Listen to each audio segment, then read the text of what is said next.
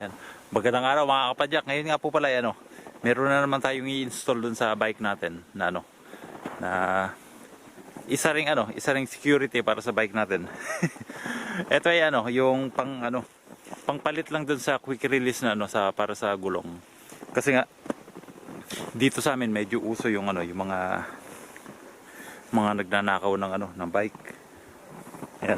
Siguro ang daming nagtataka sa inyo, nandito ako sa Norway, sa isa sa pinakamayaman na bansa.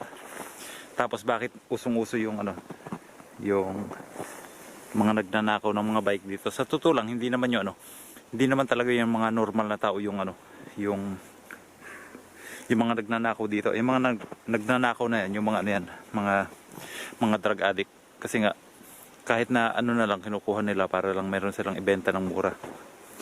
So ayan, nauso yung ganyan kasi nga sila yung mga kumukuha.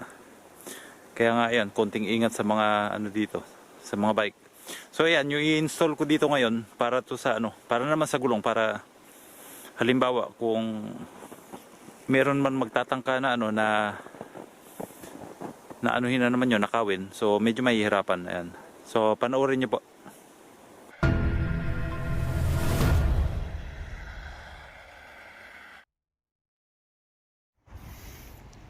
Ito mga kapadyak, ito yung sinasabi ko sa inyo kanina.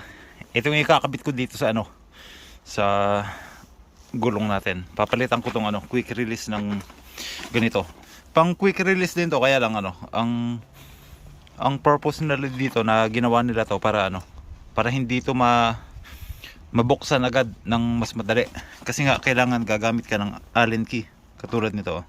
Lalo na dito sa amin, usong-uso yung mga mga nagnanakaw ng mga bike. Yan, so kahit yung mga gulong kinukuha nila. So ayan, okay yan. So hindi nila basta-basta makakukuha. So etong malapad pang likod, etong mahaba, eto naman sa harapan. Tapos ito para din to sa etong maliit sa seat post naman to dito. Etong seat clamp natin, ayan. So pwede rin yang lagyan ng kaya lang hindi naman na quick release talaga ko, so okay lang. So gagawin ko na lang to para kay misis na lang. Ayan. So ito lang dalawa natin yung kakabit ko mga kapadyak.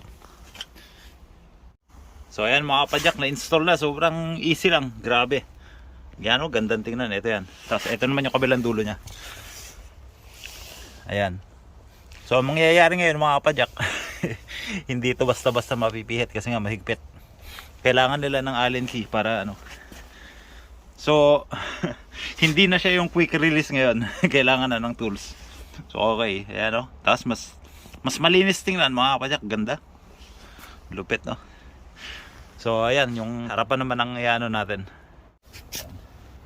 So etong naman mga kapadyak, itong harapan. So gagawin lang natin, kunin lang natin itong quick release na na nakalagay. Sakit sa kamay dito guys. Magluwag lang ng mga ganito kasi nga napakalamig.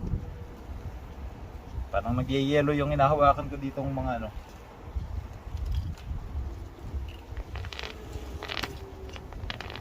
So yung talaga, yung pinaka gulong, di naman na talaga kailangan niyang alisin kasi nga lang naman siya, nakapatong lang siya sa So ang gagawin ko itong pinakapihitan, dun yun sa bandang kanan, parehas ng quick release na yung pinaka-lock niya. So isusuot lang natin yan.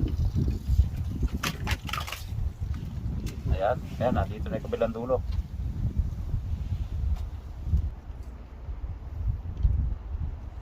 Ayan, tingnan nyo naman mga kapadyak, ayan So ngayon mapipihit pa siya ng kamay.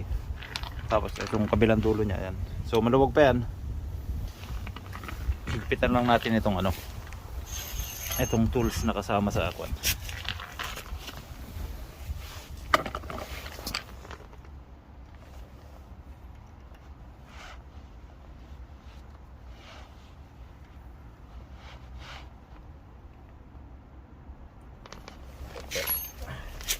Napakadali lang talaga ikabit mga kapadyak. Ayan, okay na. Nakasentro na yan natin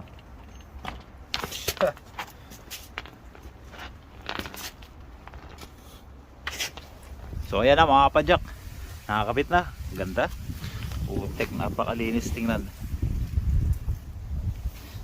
wala nang pihitan.